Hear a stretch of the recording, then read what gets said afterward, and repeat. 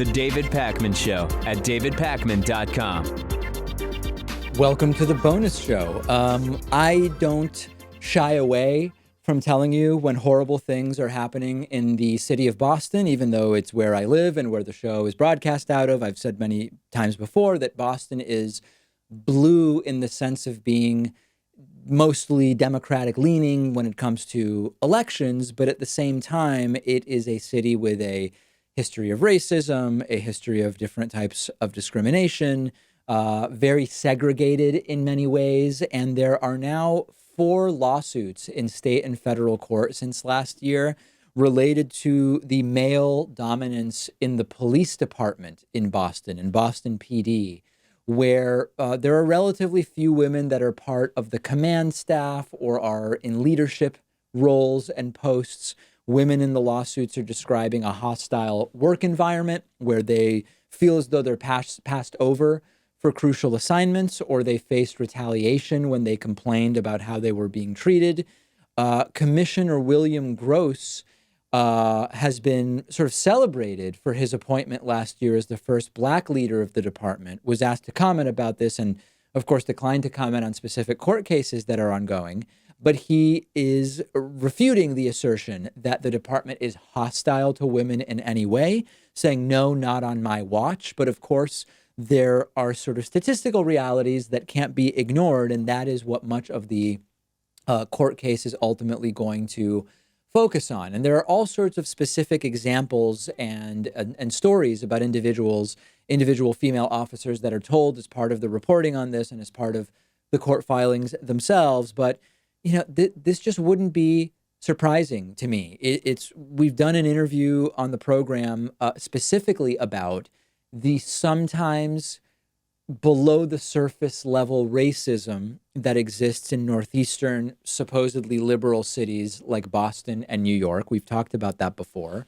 We've spoken about the ways in which these cities are often racially segregated. Yes, along class lines as well, but also pretty significant racial segregation from neighborhood to neighborhood. And there is, you know, on the one hand, there is, for people who don't live in Massachusetts, in Boston, or have spent time in Boston, New York, it's true that in a sort of general sense, when you consider the country as a whole, these are places that reliably vote for Democratic presidents, if not always Democratic governors in Massachusetts, and are solidly sort of on paper on the side of civil rights and equal justice, et cetera, et cetera, et cetera.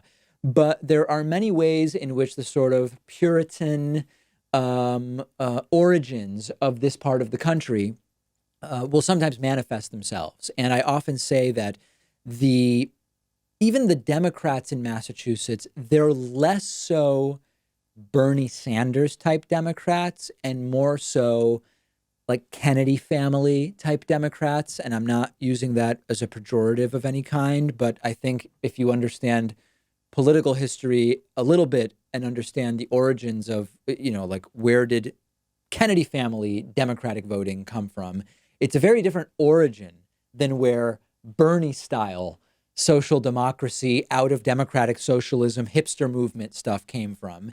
And that, I think, is why even the Massachusetts left in some ways is not as progressive as many around the country might think. We'll see ultimately what the outcome is of these lawsuits in the Boston Police Department, but hearing about them did not come as any surprise to me.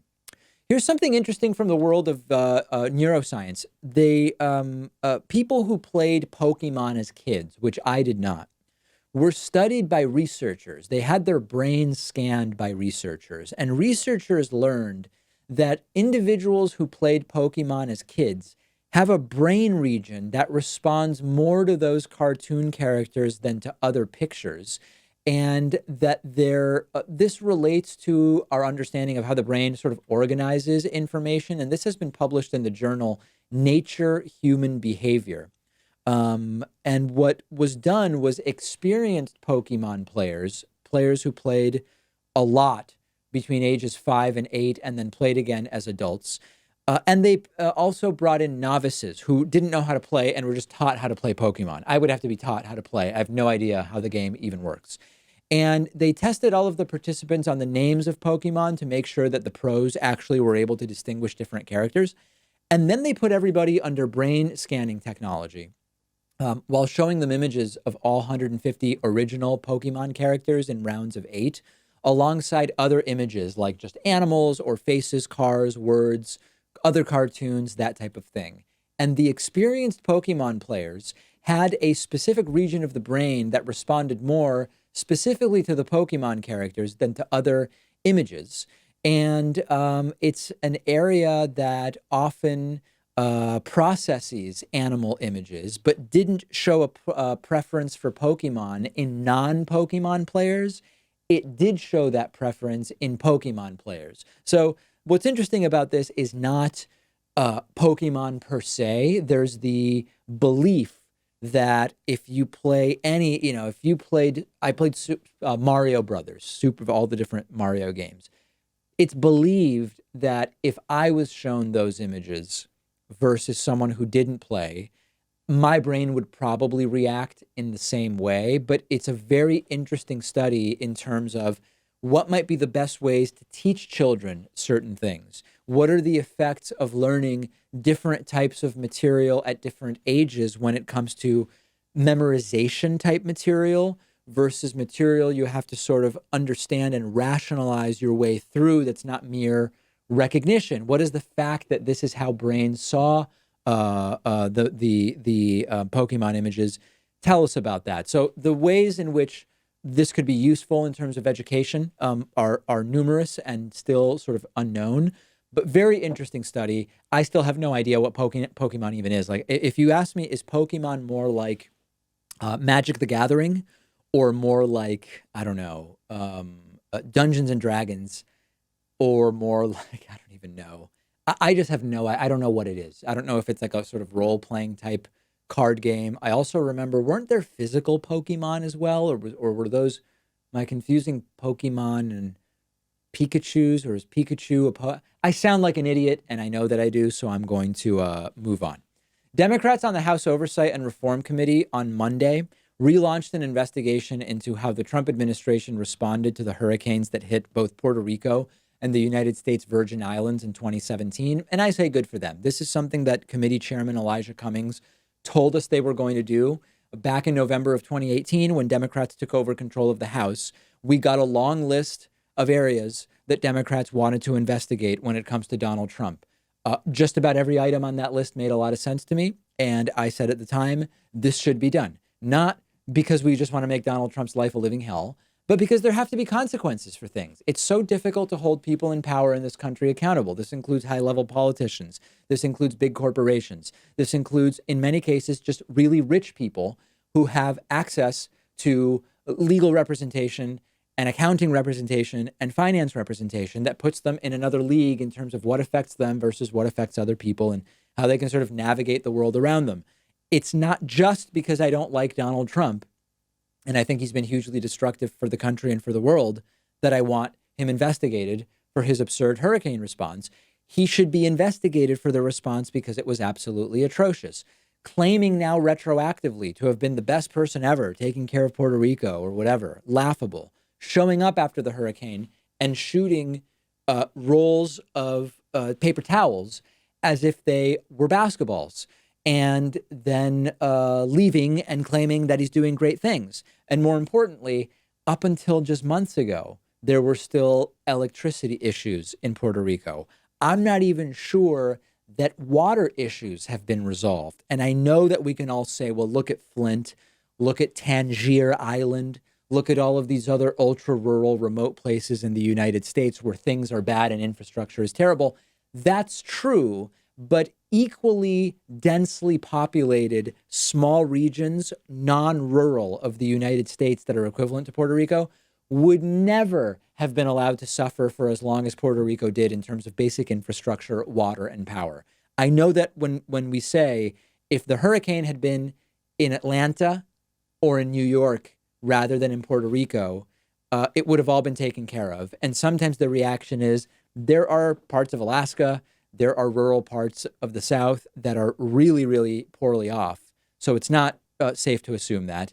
Those places are not equally cosmopolitan, densely populated, and non-rural as is Puerto Rico. And we damn sure would not have allowed those parts of the United States, if they were affected in the same way, to go without water and power for the time that Puerto Rico did. So will there be any consequences to this investigation? I don't know. I mean, one of the issues is that a lot of these investigations happen by virtue of the use of the House of Representatives subpoena power to request documents. And the Trump administration has been ignoring most of those requests. Donald Trump has been telling people to ignore requests to appear, to ignore documents requests. And so in order to hold Trump accountable for the hurricane response, he may first have to be held accountable for contempt of Congress, which is effectively what we're talking about here, by ignoring these duly authorized and legally requested subpoenas and documents requests.